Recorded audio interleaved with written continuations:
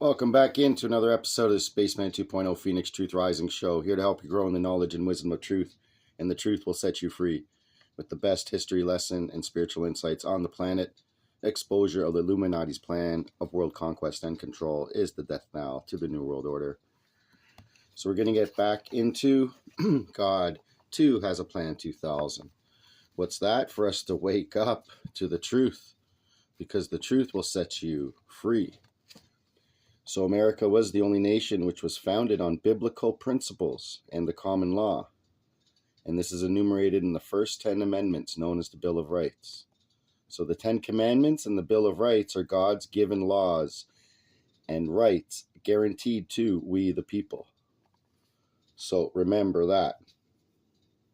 And things which were once lawful to do under the law of God, Yahweh, or whatever name you want to give them, such as marriage, have now taken on the state as a partner. So you see how they've taken away what was basically your God-given right? So in this episode, we're going to get into what's the true definition of bastard. And it might just knock your socks off and make you understand that this world has pretty much been taken over by bastard children, which is probably what part of Revelation 2:9 and 3:9 is all about. So with that being said, let's get back into Divine Plan Volume 2. But before we do, remember, most American people have been tricked into believing they are living under a constitutional republic protected by the Bill of Rights, when in fact they are living under a legislative democracy fully controlled by the federal government under the counterfeit identity name United States.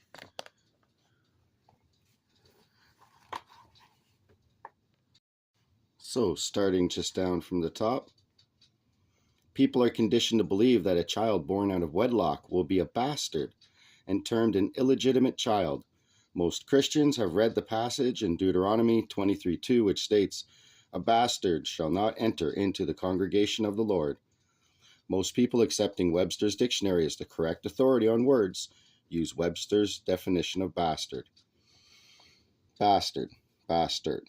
A child born out of wedlock, illegitimate, false, counterfeit.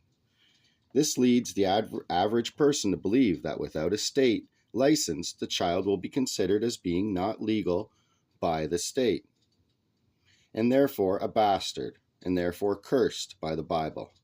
This compels the couple into accepting a state certificate of marriage to assure that all children born will not be bastards in the eyes of the state. See how they get you? Change a little definition of someone because something. Let's just look what's going to knock your socks off. As I stated before, when using words of general usage, use the standard dictionary. When using words relating to the Bible, use a Bible dictionary. Let's see what the Strong's Concordance has to say about the word bastard. 4464. MAMZER. MAMZER. From an unused root mean to alienate, a mongrel. Interesting, a mongrel. Khazarians are the mongrelized Turkish race. Born of a Jewish father, i.e. born of a Jewish father and a heathen mother, bastard. Heathen, what does that mean? A Gentile, a Goyim? So, does this now take on a different understanding of what truly a bastard is? A mamzer, from an unused root mean to alienate, a mongrel, i.e. born of a Jewish father and a heathen mother, bastard. What Deuteronomy 23:2 is really saying is a child who is of the seed line of a Jewish father and any heathen woman, does not say a married woman, is then considered a bastard. The definition of a heathen is, according to Webster's, one who is not an adherent of a religious system, an infidel, a pagan, an irreligious person. But we know what they mean by heathen, Goyim, Gentile.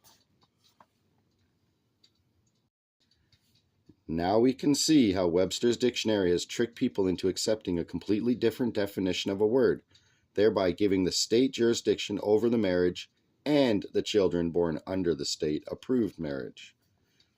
And not only that, making you think that if your child is born out of wedlock, he's considered a bastard, when in truth, any child, whether even born in wedlock or not, because it doesn't say about being married, if it's from a Jewish father and a non-Jewish woman, so to speak, a heathen, they would call them, a goyim, a Gentile, instead of just not going to a religious system, because they consider all other religions pagan and idol worshippers. So therefore, any child born from a Jewish father and a heathen woman is a bastard, whether married or not. Interesting. According to this new definition, not new, as older than we have in Webster's. And remember, we went over the meaning of Babylon, which means confusion. So that's the mystery religion. Babylon is the confusion of words. So we fall for and become part of these contracts. Since the married couple is now a three-party contract marriage, all products, children of that contract are in the interest of the state. Therefore, the state subjects children. The state subjects, which are children, must be protected by the state, who now has an interest in the product. This is where you sign your birth certificate and basically you get a baby bonus every month, and that's basically to keep the body of their product alive, and because they cannot control the eternal immortal soul in a blood and flesh body, but they can try to control the blood and flesh body by turning it into a product, a corporation, considering it's all capitals now. Just look at your identification, it's all capitals.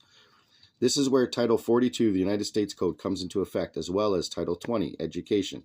All state children are now required to have a social security number prior to attending public schools. In Canada, we have a SIN number, and you need that to go to work, and now they give it out to babies when they're born. So what is that about? It is a common practice now to give newborn babies a social security number following birth, and in some cases prior to birth. When the American public bows to the state for permission to do something that is lawful in God's sight, we can understand that some people are worshiping a false god, the state. By worshiping man's law, legislative law, rather than God's law, the common law, and the commandments, they have become subjects of the state. Very interesting.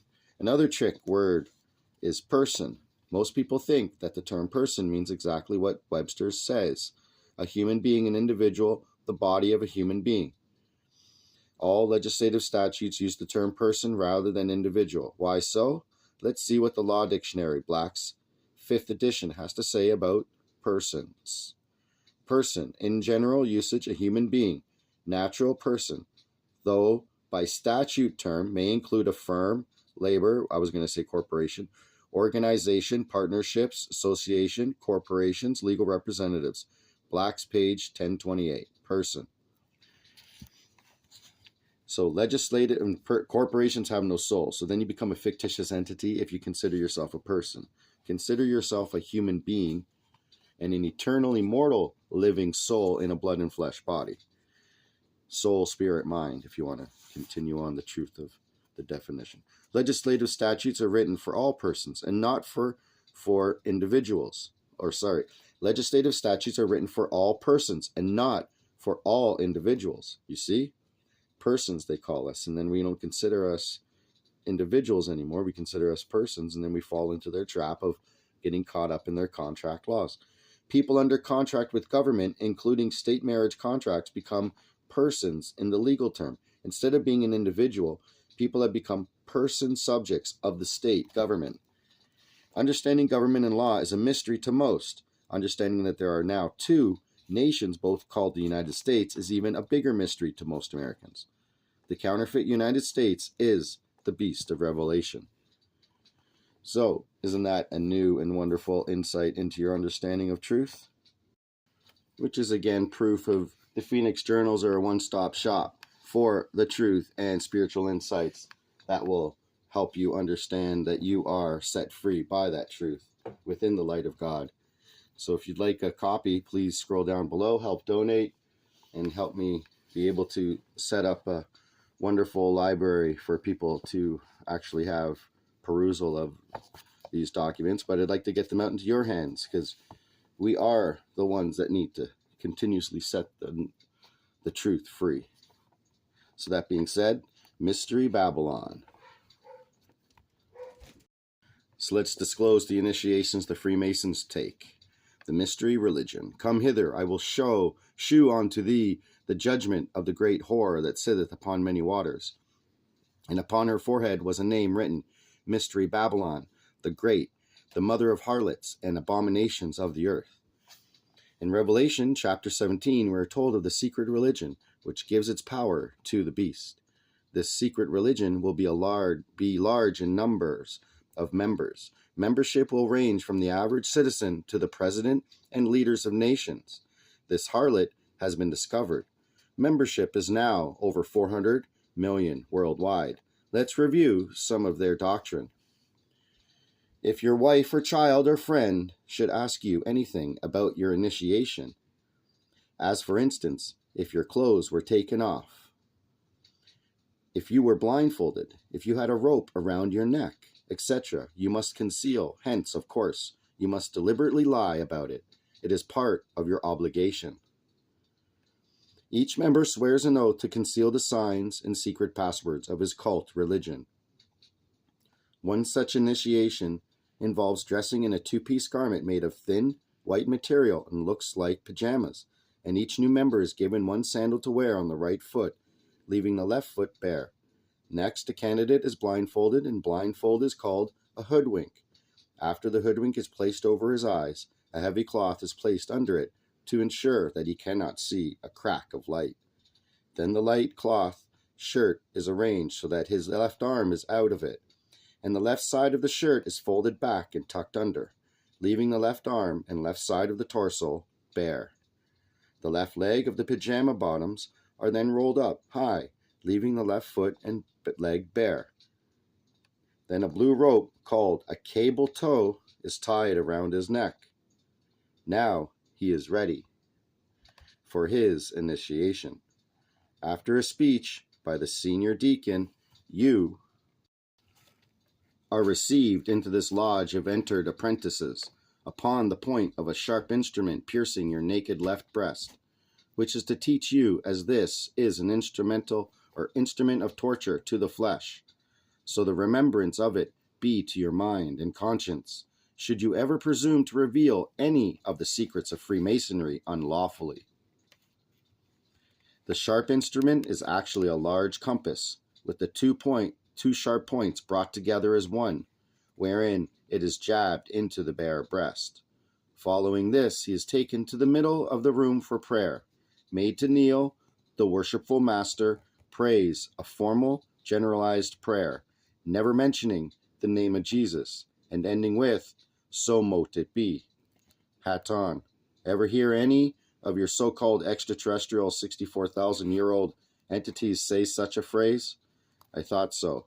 More clues, perhaps. I thought so. Following this prayer, the senior deacon instructs him to be led to the worshipful master in the east. Then he is instructed, you will face the east. Take one step with your left foot, and bring the heel of your right foot to the hollow instep of your left foot, feet forming the angle of the oblong square. Once this position has taken place, the senior deacon shouts, "Stand erect." Instructions are then given, then the candidate is placed into a kneeling position before the altar. In due form, this is to kneel on the naked left knee, right leg extended to form the Tau cross, angle of a square, left hand under the Bible on the altar. Tau is the last letter in the Hebrew alphabet, on top of which are the square and compass, his right hand just resting thereon and his body erect. He is now ready to take his oath. Does this not sound